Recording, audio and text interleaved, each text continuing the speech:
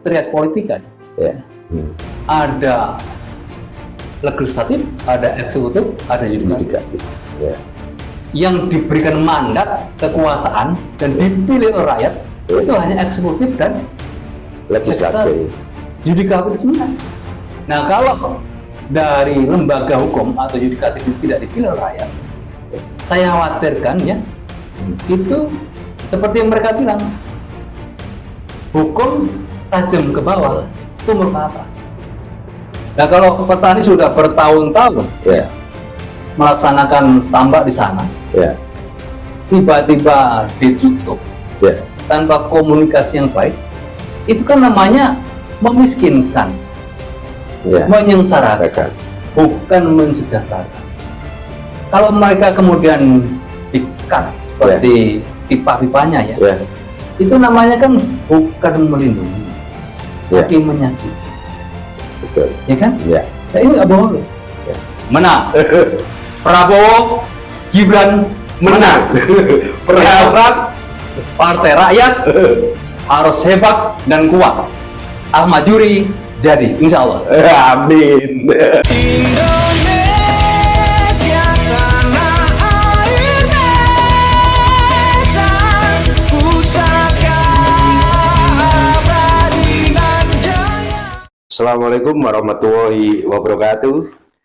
Selamat datang di seri-seri podcast Presidium Rakyat Menggugat, yang dalam hal ini dalam rangka pemenangan pasangan Prabowo Gibran nomor urut 2. Sore hari ini kita kedatangan tamu dari Jakarta yang kebetulan beliau adalah asli putra daerah Demak. Melalui Presidium Rakyat Menggugat, beliau mencoba silaturahmi ke tim pemenangan Prabowo Gibran yang ada di Jepara untuk mau memaparkan visi misi beliau, yang kebetulan beliau ini adalah purnawirawan Polri berpangkat terakhir Irjen Pol yang purna tahun 2019. Saudara-saudara, kami akan memperkenalkan ini, beliau bernama Irjen Pol Purnawirawan Advokat Dr. Andes Ahmad Yuri M.Hum. Tempat tanggal lahir Demak 5 Desember 61. Beliau sekarang didapuk oleh Partai Demokrat sebagai caleg nomor urut 4, datang ke Dapil Jawa Tengah 2 ini dalam rangka sosialisasi program-program beliau sebagai caleg maupun pengalaman beliau ketika menjadi abdi negara, yaitu Polisi Republik Indonesia. Mungkin kami nggak terlalu lama-lama, kami akan menyapa. Selamat datang Pak Irjen Pol Ahmad Yuri di Presidium Rakyat Menggugat Posko Pemenangan Prabowo Gibran 02. Jadi panjenengan ini mendapatkan kesempatan pertama kali sebagai caleg yang akan memaparkan kepada masyarakat Dapil Jateng 2 Jepara Kudus Demak, yang akan kita siarkan secara menyeluruh kepada masyarakat supaya tahu minimal program-program panjenengan nanti kira-kira sebagai caleg. Saudara-saudara, coba kita dengarkan apa pemaparan putra Demak asli ini yang dalam waktu dekat akan berkunjung ke seluruh Dapil Jepara Kudus Demak. Monggo Pak Ahmad Yuri.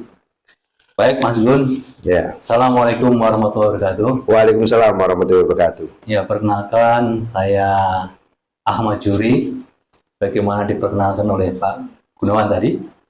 Betul, saya putra asli dari Demak. Cuma saya sudah keliling ya, sejak lulus SMA, keliling ke daerah dari Sumatera sampai ke Papua. Betul. Alhamdulillah, Ya. dari Indonesia bagian barat, tengah, juga ke timur. Kita ini Indonesia. Siap. Terima kasih atas undangan dari channelnya Presidium Indonesia Menggugat. Terima kasih. Presidium Rakyat Menggugat. Presidium Rakyat Menggugat.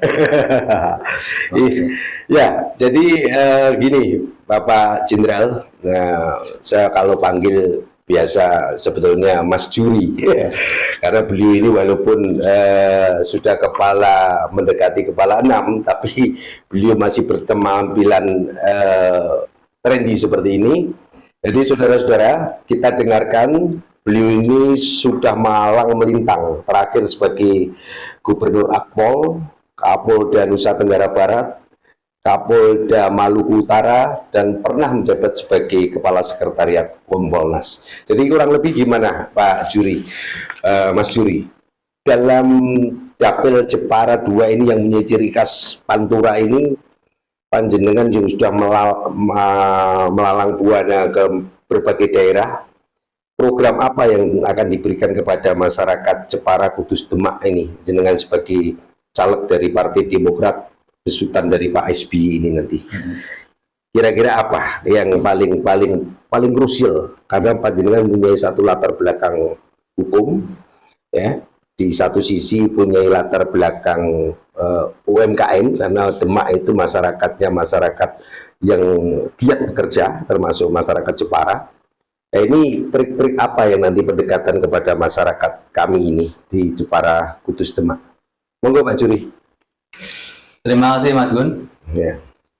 Jadi memang kalau kita berpikir tentang mengapa ya, mengapa tadi memang pertama ya, ini yang umum, permasalahan di masyarakat semua bersama, yaitu masalah hukum di mana-mana, termasuk di Jepara, Kudus, dan Demak.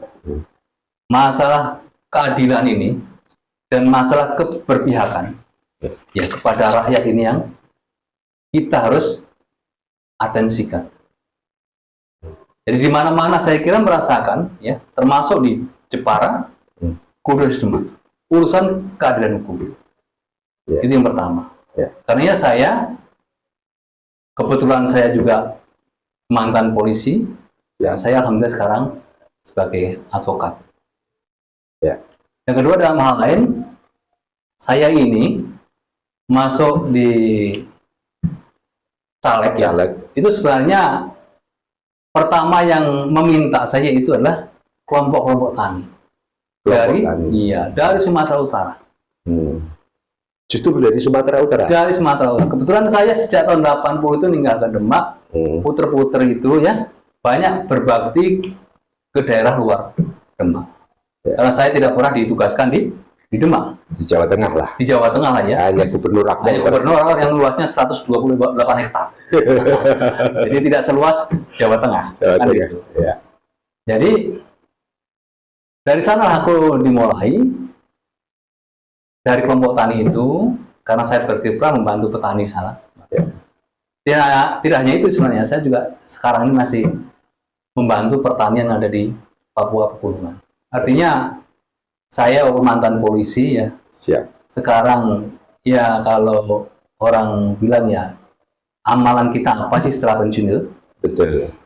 Jangan cuma teriak-teriak kan? Betul. Tapi kita harus ada action nyata.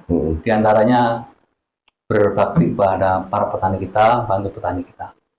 Semoga urusan pertanian ini bisa juga saya baktikan di Jepara, Kudus, dan Demak. Karena kita tahu daerah di tiga kabupaten ini agraris juga dari dulu. Agraris. Di samping masalah hasil laut ya. Kelautan. Nah itu. Jadi itu yang kedua. Yang ketiga, saya juga menyikapi perkembangan teknologi informasi. Saya juga bergerak di bidang telekomunikasi ya, bersama-sama teman-teman bergabung di Asosiasi Jasa Internet Indonesia. Jasa Internet Indonesia. Iya, jadi kita bergerak memang sekarang ini masih di wilayah timur ya. Prinsip kita dari timur untuk Indonesia. Semoga nanti segera bisa masuk ke barat dan bisa juga membantu saudara-saudara kita yang ada di Jepara, Kudus dan Demak. Kenapa begitu? Karena saya juga tadi masuk di Jepara ini sinyal banyak hilang. Ya, betul. Banyak hilang. Ya. Saya tadi masuk di Welahan, Ya, kemudian termasuk di kota, banyak hilang. Termasuk Ya. di Jepara. Itu diantaranya. ya, Di samping itu memang saya melihat kita juga harus mulai membangun di 3 daerah ini. ya, Karena 3 daerah ini menjadi daerah yang menurut saya itu sentral peradaban Indonesia atau Nusantara. betul. Ya, dari dulu muncul dari sini. Oleh karenanya Ya, kita harus pelihara ini. Jadi kita harus jayakan kembali betul. 3 kabupaten ini menjadi tempat peradaban Indonesia ke depan, insya Allah. Betul. Ya. Jadi pada dasarnya pengabdian ini kebetulan Jenderal Juri Purnawirawan ini dipercaya sebagai anak bangsa yang mengabdi di bidang kepolisian, tentunya adalah di bidang hukum dan keamanan. Jadi saudara-saudara, pengabdian di dalam lembaga yang resmi adalah seperti ini, seperti beliau ini, mencoba melakukan satu pendekatan terhadap masyarakat. Persoalan beliau ini nanti ditugaskan di mana saja, itu adalah kewenangan partai. Ya, beliau pasti sebagai kader Partai Demokrat, samina wa atona sama pimpinan.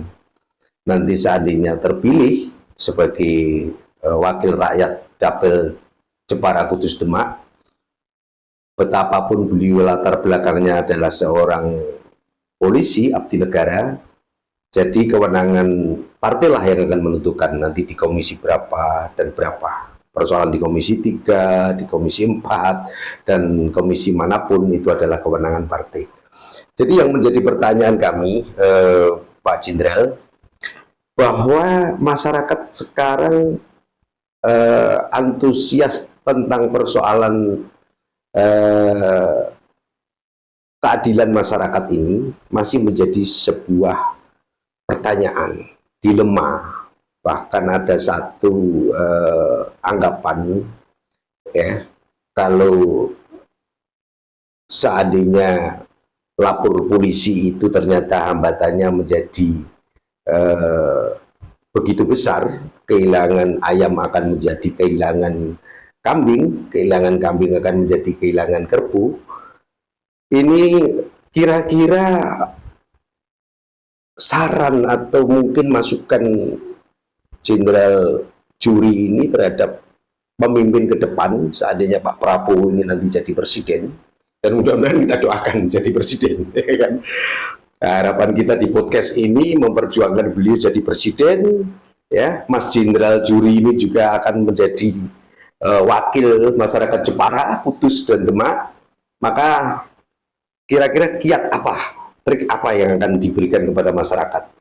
Persoalan ketertiban masyarakat, terutama keamanan masyarakat, menjadi tupoksi daripada Polri yang panjenengan sekian tahun, 30 tahun ya, bahkan sudah mengabdi kepada bangsa dan negara ini. Kira-kira apa Jenderal ini yang diberikan tip kepada penguasa, kepada masyarakat sendiri, dan kepada penyelenggara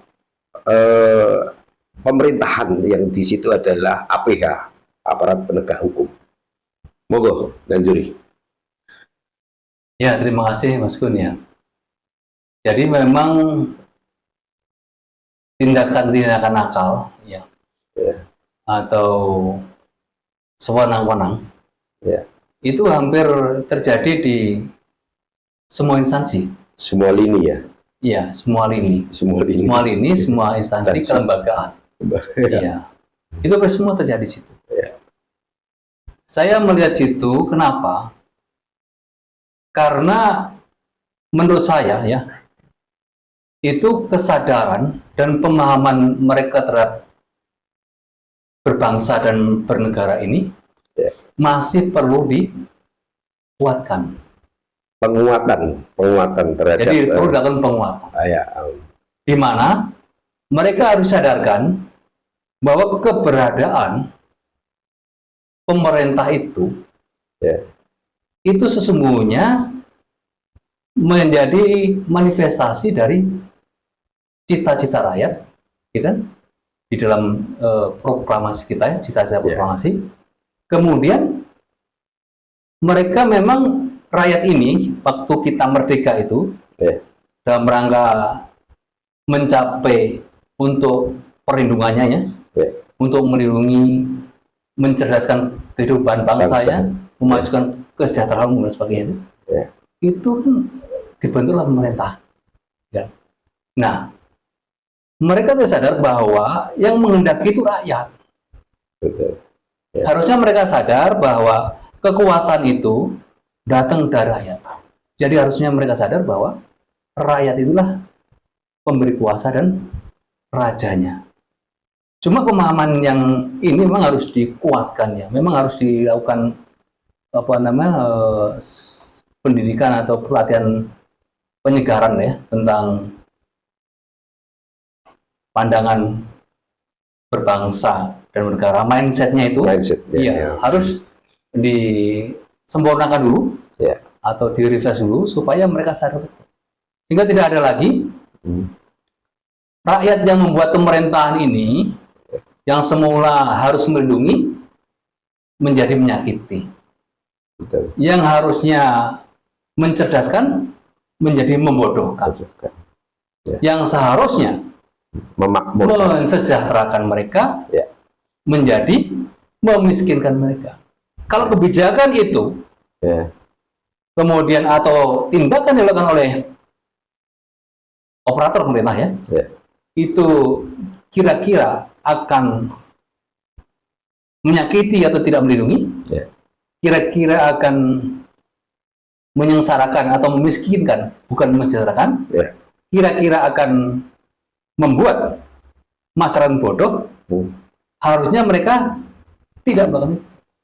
Jadi kembali kepada tuntunannya bahwa mereka itu ada itu dalam rangka untuk melindungi, mereka ada itu dalam rangka untuk mensejahterakan, mereka ada itu dalam rangka untuk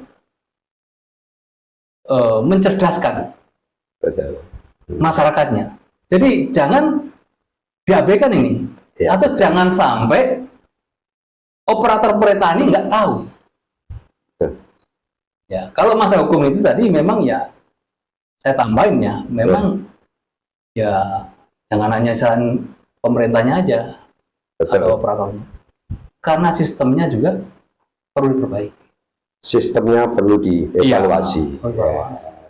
Sekiranya kalau kita berpikir trias politik, kan, ada legislatif, ada eksekutif, ada yudikatif.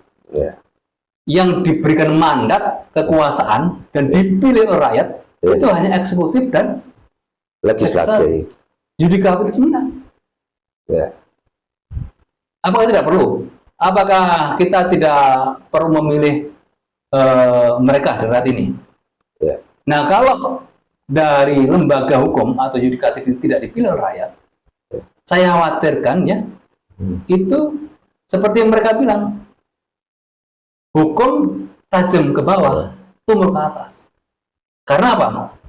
Karena sistem pemberian karir mereka dan penunjukan mereka itu dari atas, bukan dari bawah. Makanya takutnya ke atas. Pastilah secara manusiawi ke atas akan tumpul, ke bawah akan tajam. Betul. Itu kalau evaluasi saya. Saya kira itu. Berarti tentang sistem trias politika ini Jenderal membuat satu konsep gagasan, bahkan semuanya harus diberi minta mandat dari rakyat. Setuju. Ya. Legislatif sekarang sudah diberikan mandat oleh rakyat. Kan? Eksekutif pun demikian. Betul. Ya kan, presiden dan wakil presiden, bupati, gubernur dan sebagainya. Berarti ada satu konsep usulan yudikatif. Betul. Ya. Jadi persoalannya di sini APH yang bergerak di sini tentang yudikatif hanya sepengetahuan orang awam, ya, Jenderal, adalah hakim agung, ya, dan hakim konstitusi, ya. Tapi untuk APH seperti Jaksa Agung, Kapolri dan sebagainya, ini adalah saat ini bertahun-tahun merupakan di bawah eksekutif. Berarti ada satu kritik bahwa perwakilan yang membawa para APH, Kapolri dan Jaksa Agung dan Hakim Agung itu masih kurang tepat. Mungkin itu gambaran daripada jenderal. Jadi kan mereka diusulkan di Komisi 3 ini. Hanya sekelumit di dalam bagian daripada legislatif loh itu. Ya kan, dari perwakilan kita yang ada di DPR. Apakah akan lebih afdol kalau mereka dipilih langsung oleh rakyat? Kurang lebihnya seperti itu. Gimana ini, Jenderal? Ini gagasan yang menarik sekali ini. Iya, Ya, menarik sekali ini. Ya itu evaluasi saya, Ya. evaluasi. Ya, Karena saya kan bergerak di bidang hukum kan lama ya, ya, 30 tahun lebih. 32,5 tahun. 32,5 tahun. Ya, Jadi Kapolsek itu juga sebagai penegak hukum. betul. Ya, 6 kali saya jadi Kapolsek itu kan penegak hukum. Jadi kepala bagian saya juga penegak hukum. ya, Ya terus saja. ya, Sudah sejarah saya panjang di bidang penegak hukum. Saya renung-renung, oh iya. Ya. Apalagi lihat putusan-putusannya. ya. Mengapa ini? Kok bisa ya? Ya. Oh ternyata kekuasaan yang mereka atau kita terima itu memang dari atas, bukan dari bawah. Ya kan? Oleh karenanya bukan lagi hanya ketua Mahkamah Agung atau Ya. ketua MK ya, Ya, Jaksa Agung, Kapolri, dan menteri-menteri terkait Ya. yang megang hukum seperti KLH megang Ya. hukum juga kan. Ya. Kemudian juga Menko, menteri-menteri yang ada dirjen penegakan hukum, Ya. termasuk KPK itu sebaiknya memang ada mandat dari rakyat. Itu yang di pusat. Ya. Ya. Yang di daerah, bupati wali kota dipilih, Betul. ya kan? Ya, Kemudian gubernur dipilih, Ya. ya enggak? Bahkan kepala desa aja dipilih kan? betul. Ya. Menurut saya ini idealnya mereka juga harus dipilih. Kalau memang tidak bisa langsung, ada wakilnya di DPR. Ya. Ya, Jadi sistem kontrol jelas. sekarang masih berlaku seperti itu, Jenderal. Jadi mereka dipilih dari usulan eksekutif, jadi usulan presiden yang disodorkan kepada perwakilan kita yang ada di DPR. Contoh, misalnya ada pergantian Hakim Agung, pergantian Hakim Mahkamah Konstitusi, pergantian Kapolri, bahkan pergantian Panglima sekalipun, itu usulan berangkat dari eksekutif, yaitu presiden, ya kan? Setelah itu disodorkan kepada DPR. Ya. Apakah itu sudah cukup atau memang harus dilakukan sebuah pemilihan yang betul-betul representatif itu? Ini diskusi yang sangat menarik ini, Jenderal. Ini belum pernah dibahas oleh orang-orang yang ahli tata negara tentang trias politika ini. Jadi kita akan diskusi nanti berseri setelah ini. Tapi yang paling penting, kalau kita membahas ini, mungkin akan perlu waktu 1-2 jam dalam teori tentang ketatanegaraan. Dengan sistem trias politika ini, kita ini sudah tepat atau belum? Dengan sistem demokrasi Pancasila ini sudah tepat belum? Tapi saya perlu menggarisbawahi, Jenderal. Cita-cita Pak Prabowo ini dalam bukunya Strategi Transformasi Bangsa ini, saya sudah baca. Kebetulan saya sudah baca. Ya, beliau menginginkan kembali kepada konstitusi dulu. Setelah kita kembali kepada konstitusi, kehendak rakyat di dalam DPR ini maunya seperti apa sistem kita? Apakah trias politika ini masih akan dimatangkan dengan sistem kepartean, ya, multipartai, atau mungkin sederhana partai dan sebagainya? Ya, ini cita-cita beliau. Makanya saya sangat menarik sekali ketika membaca buku ini, dengan adanya perjuangan beliau bisa kembali ke konstitusi yang murni dan konsekuen. Ini sebetulnya memberikan harapan kepada rakyat yang kedepannya betul-betul memberikan pilihan, jangan beli kucing dalam karung. Nah, kurang lebih ini kehadiran Jenderal Juri ini ke Jepara, mudah-mudahan tidak masyarakat ditawarkan kucing dalam karung. Nah, ini monggo Jenderal. Kita santai aja ini.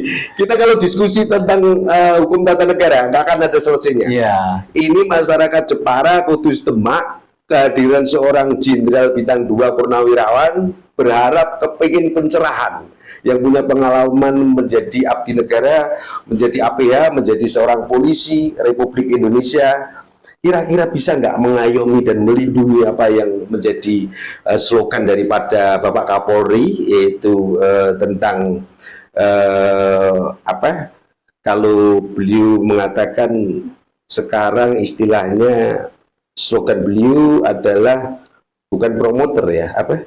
Presisi. Presisi. Dapil Jepara Kudus Demak mengharapkan satu pencerahan. Habis ini kita nanti keliling dia. Saya ada undangan yang nanti Jenderal berkenan untuk datang ke wilayah yang terpencil yang menjadi pusat perhatian nasional, yaitu di Karimun Jawa. Ya mungkin 1-2 hari ini kira-kira Jenderal siap nggak ini nanti untuk hadir ke sana, menemui rakyat kita yang selama ini sangat terpinggirkan, nggak terperhatikan. Di sana sudah punya bandara, namun belum diresmikan oleh Presiden. Nah, ini harapan kita dengan kedatangan Jenderal Juri ini, nanti bandara kita di Karimun Jawa bisa diresmikan oleh Presiden. Kedua, penambahan dermaga dan armada.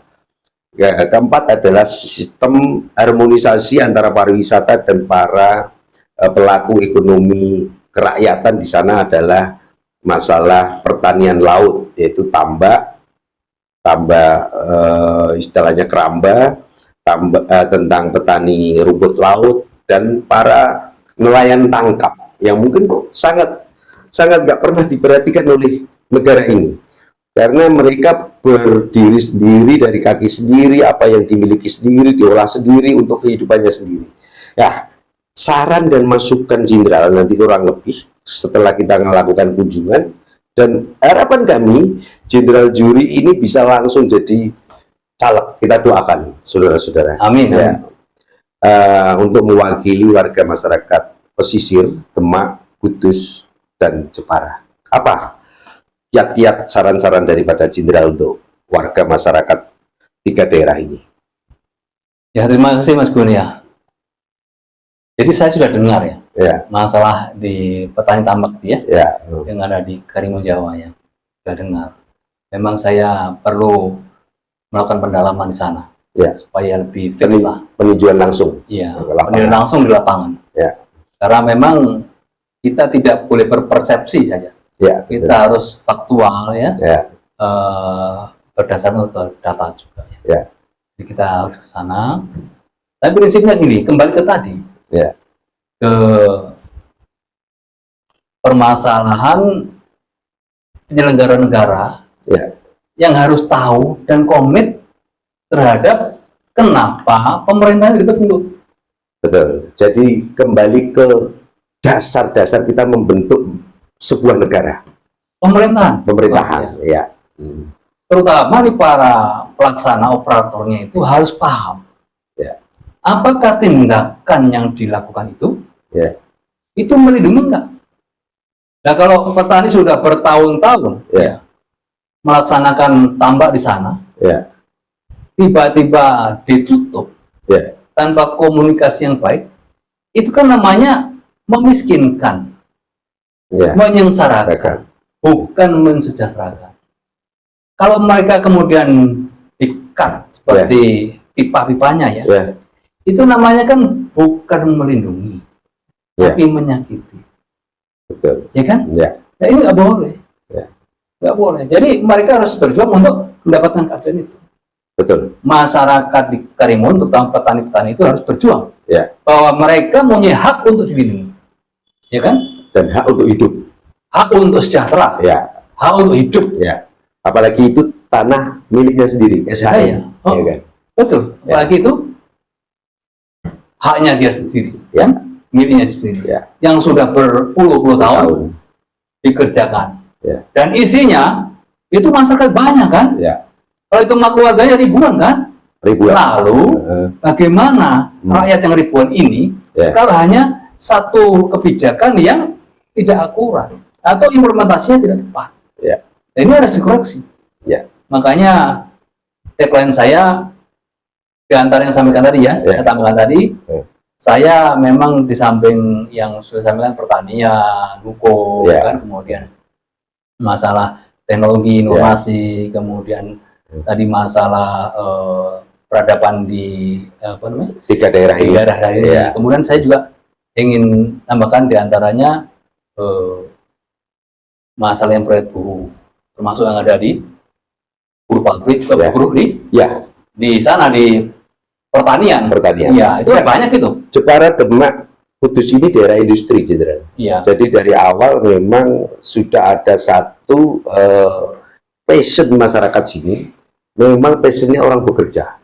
Jadi mulai dari industri kayu, mebel ukir itu di Jepara, ditambahi industri kerajinan, tenun troso, monel dan sebagainya sampai Kudus. Industri rokok itu di Kudus. Di Tembak adalah industri-industri yang mendekati ke masalah teknologi. Di sana ada mulai bertebaran bengkel-bengkel kecil yang menciptakan mesin-mesin kecil dan sebagainya, mesin pertanian dan sebagainya. Itu banyak buruh-buruh di situ. Sekarang 3 daerah ini, Jenderal, sudah melahirkan berbagai macam pabrik kebutuhan nasional. Tadi saya tertarik sekali tentang peradaban dunia, itu sebetulnya berangkatnya dari 3 daerah ini. Mulai dari zaman Mojopahit ke lahirnya pertama kali kerajaan Islam, itu berangkatnya di 3 daerah ini. Demak, Kudus, dan Jepara. Dan jangan lupa, di Jepara ini ada tokoh yang namanya Ratu Kalinyamat, yang kita ketahui bersama, itu moncernya dan sekarang sudah ditetapkan sebagai pahlawan nasional.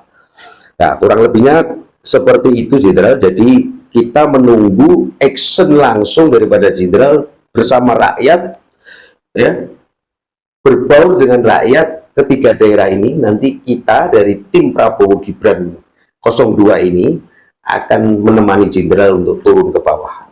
Kira-kira pesan-pesan terakhir sebelum kita tutup podcast ini apa, Jenderal? Kita ke depan, kita sudah menjadwalkan ke Karimun dalam 1-2 hari ini, ya. Monggo, silakan. Ya. Ya, terima kasih Mas Gun. Jadi seperti tagline saya. Ya. Saya adalah mitra. Ya. Mitra juangnya rakyat. Betul. Dia menghadapi ketidakadilannya, Ya. menghadapi pertanian, Ya. menghadapi perburuan, Ya. ya, menghadapi teknologi, Ya. atau menghadapi apa saja. Ya. Kan banyak nih. Ya.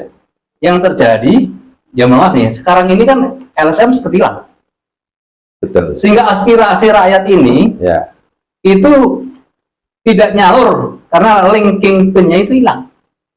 Betul. Di lehernya itu hilang nih. Sehingga nggak nyampe. Ya. Makanya di samping apa yang saya sampaikan tadi, Ya. saya menampung aspirasi dari bawah. Siap. Aku berkedudukan sebagai mitra juangnya mereka, Betul. meraih cita-cita bersama. Ya. Terutama cita-cita rakyatnya yang ingin dilindungi, Ya. yang ingin pintar, cerdas, dan ingin sejahtera. Terah. Itu yang ingin saya sampaikan kepada warga masyarakat di Jepara, Kudus, dan Demak. Ya. Terima kasih, Jenderal. Jadi, alhamdulillah, pesan moral, pesan-pesan terhadap masyarakat 3 daerah ini akan kami sampaikan, sebarluaskan ke melalui podcast, siaran-siaran medsos kami, Presidium Rakyat Menggugat. Jadi Anda berkesempatan pertama kali seorang Irjen Polisi Purnawirawan yang mau bersanding dengan rakyat, berjuang bersama rakyat melalui podcast ini. Mohon doa restunya, saudara-saudara wilayah Demak, Kudus, dan Jepara. Beliau akan hadir dalam momen-momen mungkin di lapangan. Akan kami siarkan secara langsung melalui podcast Presidium Rakyat Menggugat atau melalui tim kreatif kami yang akan mendampingi beliau kalau turun ke lapangan melalui kegiatan-kegiatan nyata, ya, sebenarnya bersatunya keringat dengan rakyat, memperjuangkan dengan rakyat. Ini kita akan ikut berjuang, tidak hanya untuk beliau, namun untuk Pak Prabowo Gibran tanggal 14 Februari 2024. Saudara-saudara sebangsa dan setanah air, khusus untuk podcast kali ini, kita akhiri dan akan kita lanjutkan dengan seri-seri perjuangan para caleg yang diusung oleh Koalisi Indonesia Maju. Saya kira kami Haji Ahmad Gunawan melalui podcast Presidium Rakyat Menggugat, ada kurangnya mohon maaf, Jenderal. Nanti kita lanjutkan dengan diskusi-diskusi selanjutnya. Wabillahi taufik wal hidayah. Wassalamualaikum warahmatullahi wabarakatuh. Boleh. Merdeka, Merdeka, Marhen menang, menang.